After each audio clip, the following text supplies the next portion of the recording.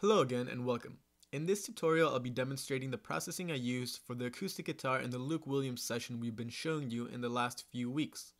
So far, we've shown mixing tips and techniques on the percussion instruments, lead vocals, and background vocals. But as mentioned, today we'll be focusing on the acoustic guitar.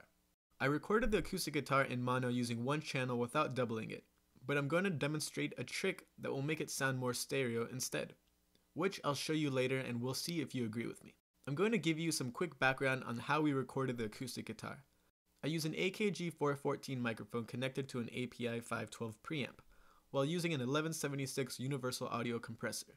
In this case, I compressed it moderately, because as you can see, there are plenty of peaks due to the guitar's playing style. So it was necessary to have it compressed beforehand so it wouldn't be an issue within the mix. I also applied just a bit of EQ using an API 550A. And as you can see, the guitar signal is very even. So for this type of music and in this situation, I didn't need to use much processing. Regardless, I'll show you what I did and why. Let's start with the equalizer. I'm going to play a section of the song and show you how it sounds with and without the EQ I used.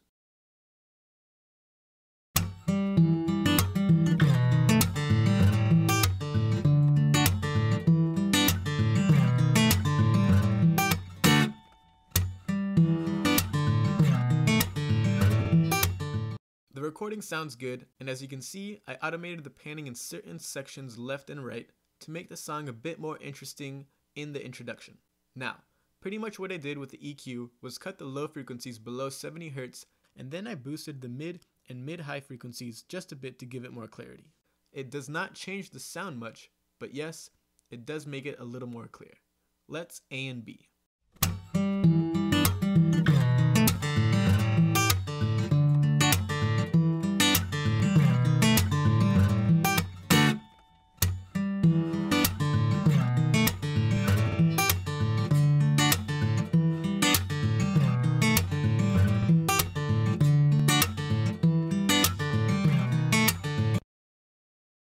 I think it sounds great.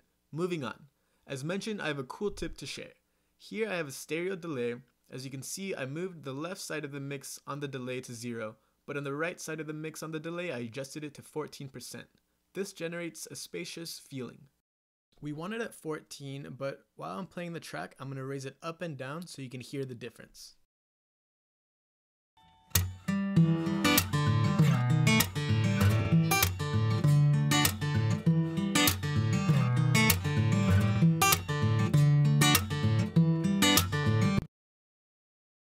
If I continue to increase the right side of the mix, there would be more of a delay that would give the sound more of a chorus effect, which is not what we're trying to achieve.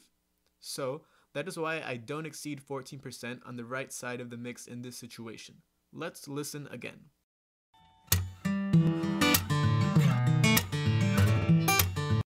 Cool. So this tip is a way to transform a mono sound into stereo without creating the chorus type effect.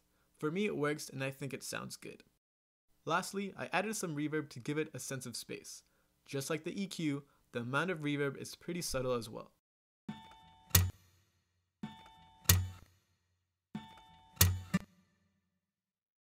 Let's listen to how everything sounds together.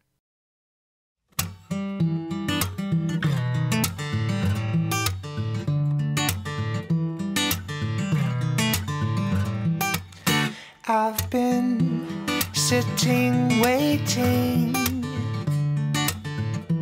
for the rain to pour.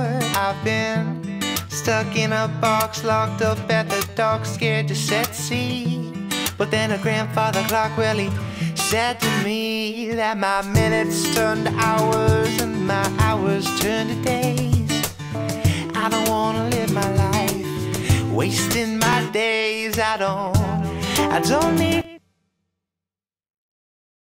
Before we get going, we also want to let you know that we are offering online classes as well. If you're interested, click anywhere on this page and then you will be redirected to our website. Also, there's a link in the description below, so if you want to see more videos like this, we can send them directly to your inbox hassle-free. Thanks again from Signature Sound Studios.